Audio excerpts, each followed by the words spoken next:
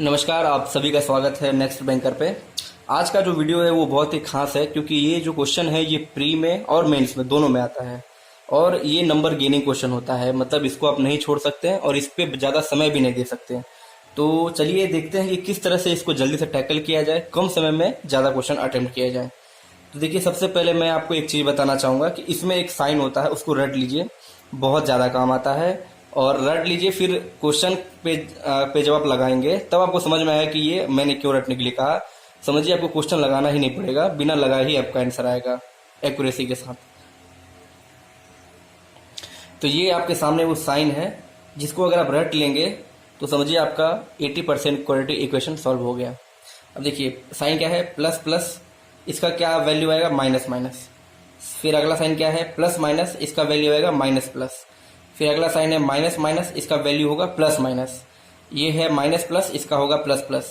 थोड़ा सा आपको तिकड़म लग रहा होगा, समझ में नहीं आ रहा होगा, अभी मैं आगे आपको और क्लियर कर देता हूँ इसके बारे में, लेकिन इसको रट लीजिएगा। तो देखिए, हमारे सामने जो इक्वेशन है, मैं आपको 5 मिनट देता हूँ, ये 4 क्वेश्चन आप लगाइए, वीडियो पॉज करके लगाइएगा।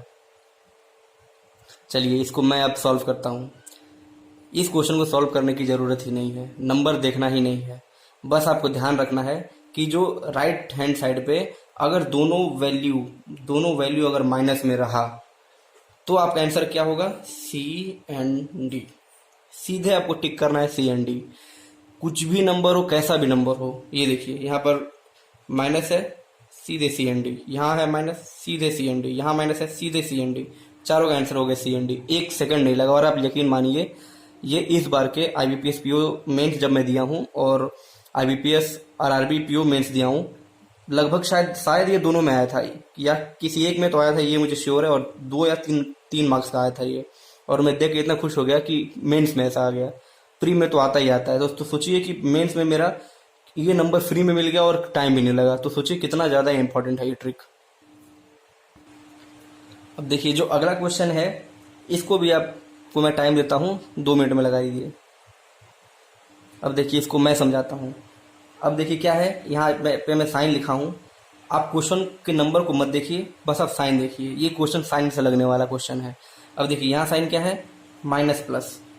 यहाँ क्या है, माइनस प्लस का वैल्यू क्या हो गया, प्लस प्लस। तो यहाँ लिखिए प्लस प्लस। यहाँ क्या है, प्लस प्लस, इसका वैल्यू क्या है, माइनस माइनस। सिंपल सी बात आपको दिख रही है कि x यहाँ पर ग्रेटर हो रहा है। मतलब नहीं है कि कितने से ग्रेटर है, कुछ नहीं।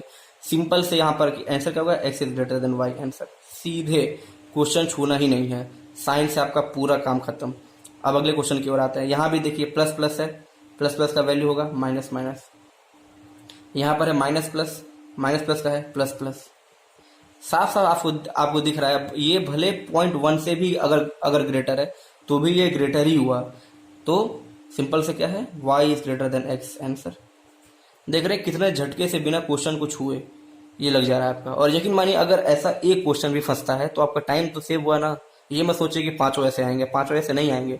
ये तैयारी हो रही है किसी 1 या 2 के लिए। अगर 2 भी आ जाते हैं तो समझिए, प्री में अगर आपने ये 2 ऐसे ट्रिक लगा दिए, 10 सेकंड में अगर आपने 2 क्वेश्चन कर लिए, तो आप सोचिए आप कितने लोगों से आगे हो गए हैं।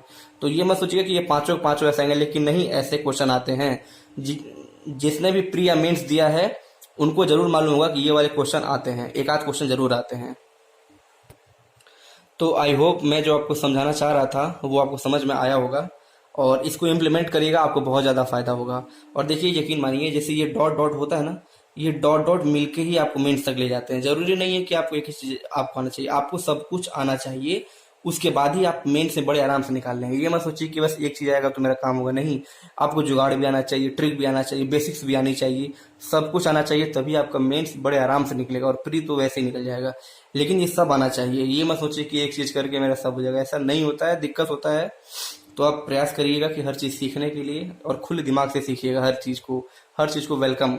ठीक है, किसी चीज को ये नहीं कह रहे ये मुझको आता है, हर चीज को सीखिए। तो चलिए, आज के लिए इतना ही, धन्यवाद।